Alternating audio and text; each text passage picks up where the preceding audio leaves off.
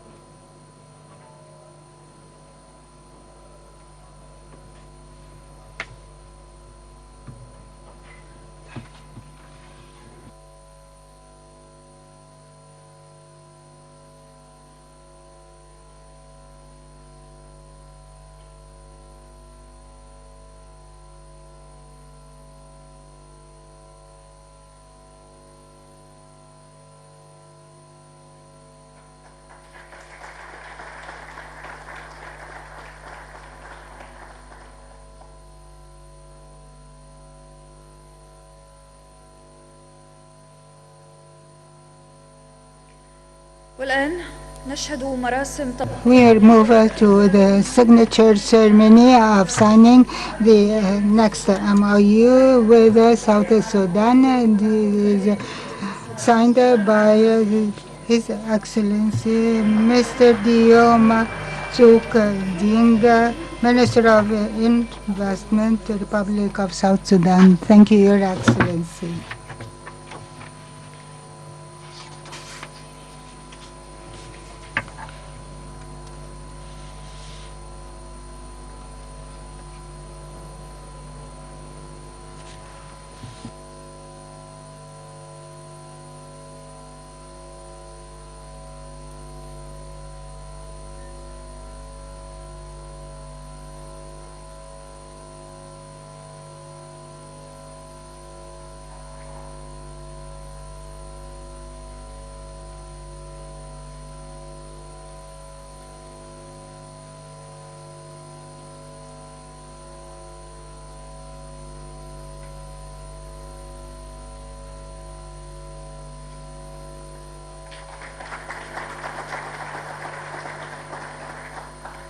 بشكر حضراتكم والآن مع كلمة Okay, thank you, and now we give the floor to His Excellency the Prime Minister.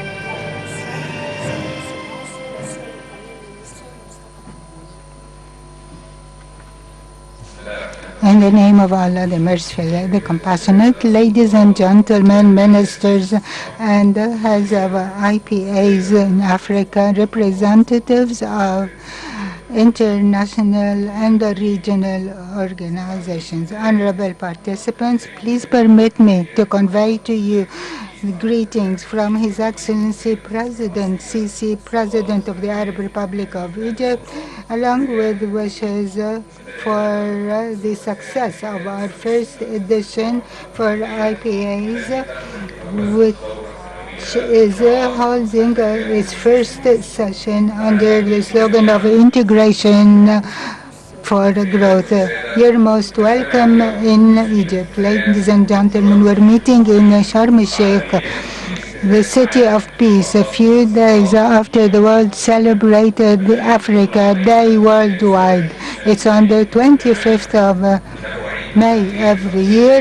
It's the day of Liberation Africa and the establishment of the organization African Unity, superseded by the African Union. You may agree with me that our celebration this year is different from every year celebration. It is held amid unprecedented international developments. This calls for further cooperation to release the African continent's potential and realize the aspirations of the people's continent.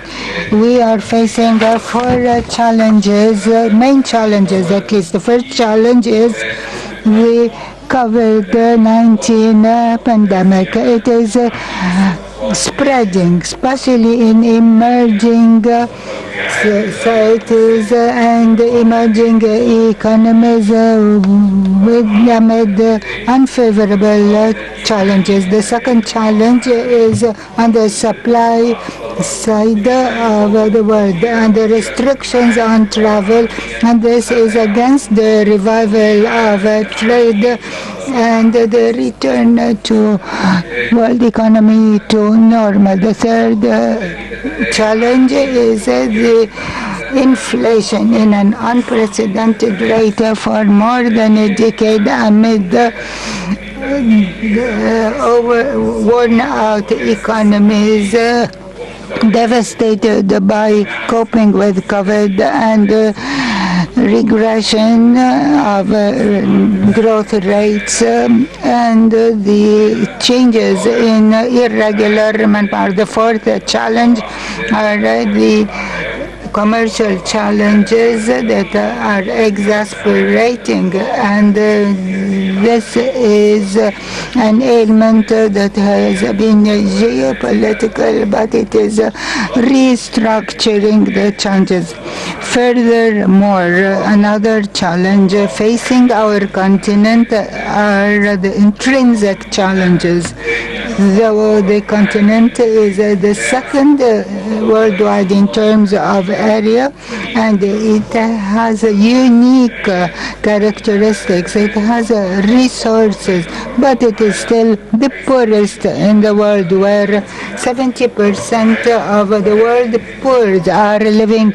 This percentage is expected to increase by 2030, though Africa has more than 1 billion population. That is more than 60% of them are youth less than 25.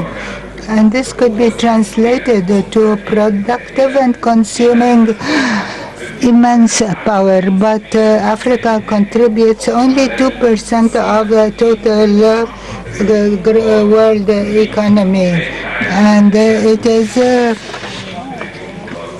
contributing 2.6 trillion. Africa's exportation depend on primary materials, and it is less resilient in the face of price fluctuations worldwide, and it is regressing also in the world chain.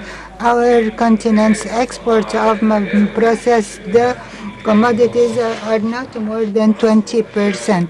Lastly, let us mention the internal conflicts and the terrorist operations which undermine all development efforts. Honorable participants, with the multiple challenges and difficulties, our main task is to turn these dilemmas into apparent opportunities for the benefit of our African continent.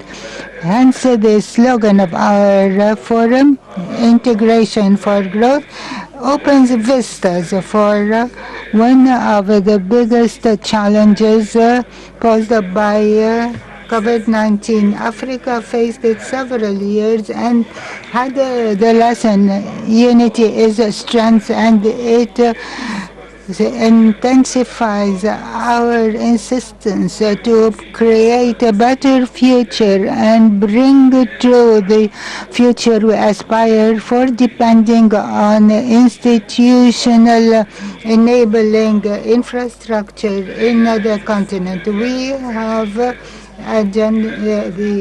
2063 agenda, because it brings peace and prosperity. We have taken steps in the direction of the African continent intertrade.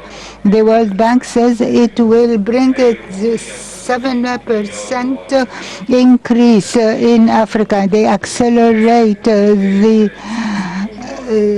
rescuing of 30% of the population and salvage them from poverty. The African Development Bank groups aspires to make big changes, and it is depending on containing the unused economies. We can do that if we concert efforts and if we strengthen regional cooperation and create job opportunities against war and bring peace and prosperity. Ladies and gentlemen, under COVID-19, which is driving the world economy into longer value chains and focus on regional rather than international levels, and reviving industrial policies based on national potentials. We have good opportunities for indigenization of industries, and Africa would become in the future the factory of the world, just as it was the grain basket. This is in line with the General Assembly decision which declared 2016 up to 2025 the third industrial development decade, as well as the similar attitude taken by the African Union. Thus, Africa will have a prosperous factories and products. To achieve this bright future, we need to introduce radical industrial changes and guarantee the introduction of successive reforms in our infrastructure and have innovative renewable infrastructure. Thus, the investors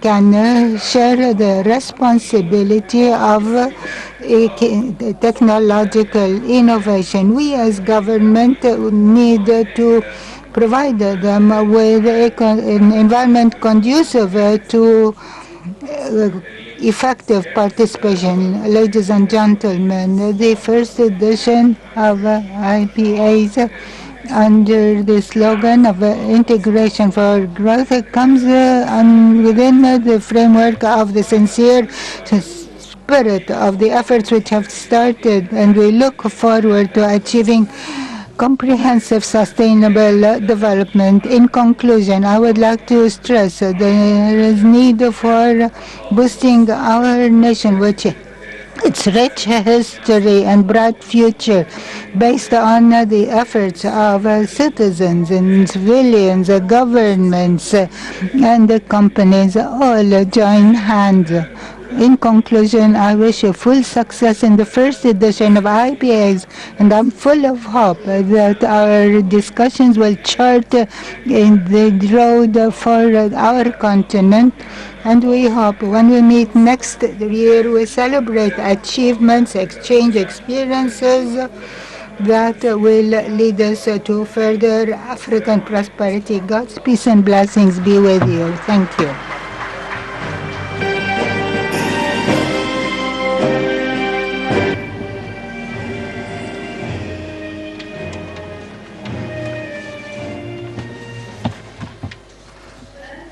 And now we'd like to invite the ministers and the heads of IPAs to come to the stage to have a group photo with Dr. Mustafa Madbouli, the Prime Minister.